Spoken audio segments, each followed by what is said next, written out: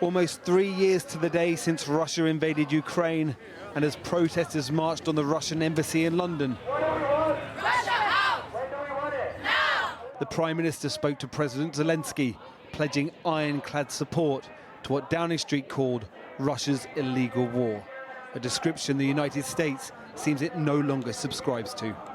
When you've heard every new bit of rhetoric come from Donald Trump, how's it made you feel? Scared and betrayed and stabbed in the back. On the one hand, of course, I follow what happens in the United States politics. We all have to. Yeah. And I wasn't too surprised, but the scale and the scope of this betrayal and disregard for international rules, commitments and laws has been really shocking. Support from the US has switched from unconditional to transactional. The cost, according to President Trump himself, minerals and rare earth deals worth between $400 to $500 billion.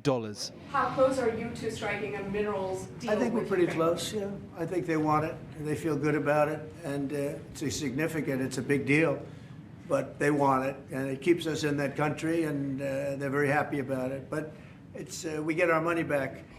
As the president spoke in Washington about getting his money back, though, in Kyiv, death from above continued to rain down. This, the aftermath of a Russian drone attack. And with President Zelenskyy battling for a seat at the table where his own nation's peace deal is bartered, his bargaining position, not with his Russian enemy, but supposed ally America, is severely weakened. The teams of Ukraine and the United States are working on a draft agreement between our governments. This agreement has the potential to strengthen our relations, and, most importantly, the details must be arranged in a way that ensures it works. 1, 2, 3, 4. Occupation no more! A US commitment on Ukraine, though, may also mean a European commitment to spend more on defence. This week, Sir Keir Starmer heads to Washington for what has the potential to be the most significant first-time bilateral meeting between a Prime Minister and a United States President since the beginning of the Second World War. But, rather awkwardly, Ukraine won't be the only issue on the table. Sir Keir also has to convince Donald Trump not only to continue to stand shoulder to shoulder with Ukraine, but also to step back from a potential trade war, potential tariffs, which could wreak havoc on the UK economy, let alone our chances of spending any more on defence. From the very first second that Sir Keir steps foot on United States soil, he will be walking a diplomatic tightrope. A lot of people would say that the only way of convincing Donald Trump that we're serious about helping Ukraine, and he should do too, is by spending more on defence. I don't think that's right. I actually think the way of convincing Donald Trump is to demonstrate right the way across Europe and the rest of the globe that we all want peace, but we want it on just terms, and he cannot be allowed to dictate those terms. I think we're going to need to spend more on defence, and we have some difficult decisions to make in the future. But we can't just ramp it up overnight. You know, we've got to do it in a responsible way.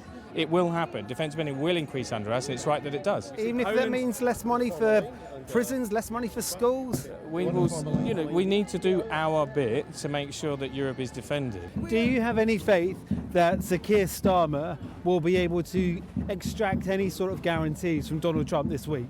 I wish I could say yes, but unfortunately, I do not think so. The Prime Minister told President Zelenskyy that he will be championing Ukraine's right to be part of a peace deal in Washington this week. Champion he may, but that relies on a President Trump willing to listen.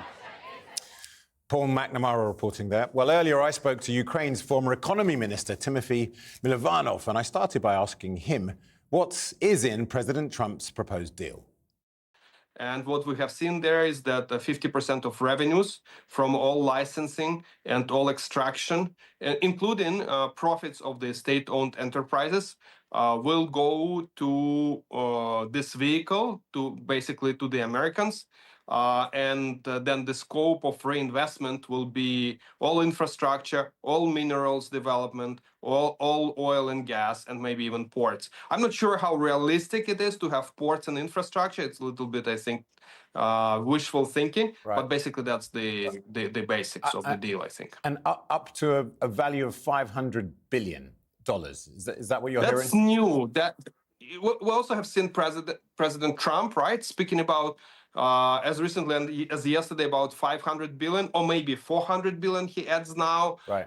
So there is some obsession with numbers, frankly. Yeah, I don't think it's that realistic, the number, even if we put all 100% of revenues there. How extensive are Ukraine's mineral deposits, and why does President Trump want them so badly? They are extensive. So, but they're in the land, they're inside, in the ground. Without meaningful and large investments, the revenues and proceeds will be small. So that is a win-win situation, frankly, if you are willing to take it without any emotion, Investments have to come in for both parties to benefit. So from Ukraine's perspective, without a security guarantee, what is the point? Yeah, I think President Zelenskyy has very clearly articulated it in the last several days that the only point for Ukraine is to have security guarantees, right? I mean, you can make an argument, and I think the US is making this argument, that with the US interests there, we will, for example, see much more interest from the US to actually protect or to actually negotiate. Insofar as if they've invested in it, if they've got resource there, then they're going to want to protect it. Exactly, or potentially. The ideal deal is to give them 200% of value of Crimea, then good luck getting it back. But I think that's a little bit vague to my taste, and that's my concern. But President Zelenskyy is going to sign this, right? That's what we're hearing. That's what I'm hearing too, mostly from President Trump. Frankly, I think Ukrainians are insulted to be bullied or put pressure. At least that's how it's perceived by a lot of people on the streets here, by a lot of opinion leaders, experts. But that's the initial reaction. Now, you get this panic mode out.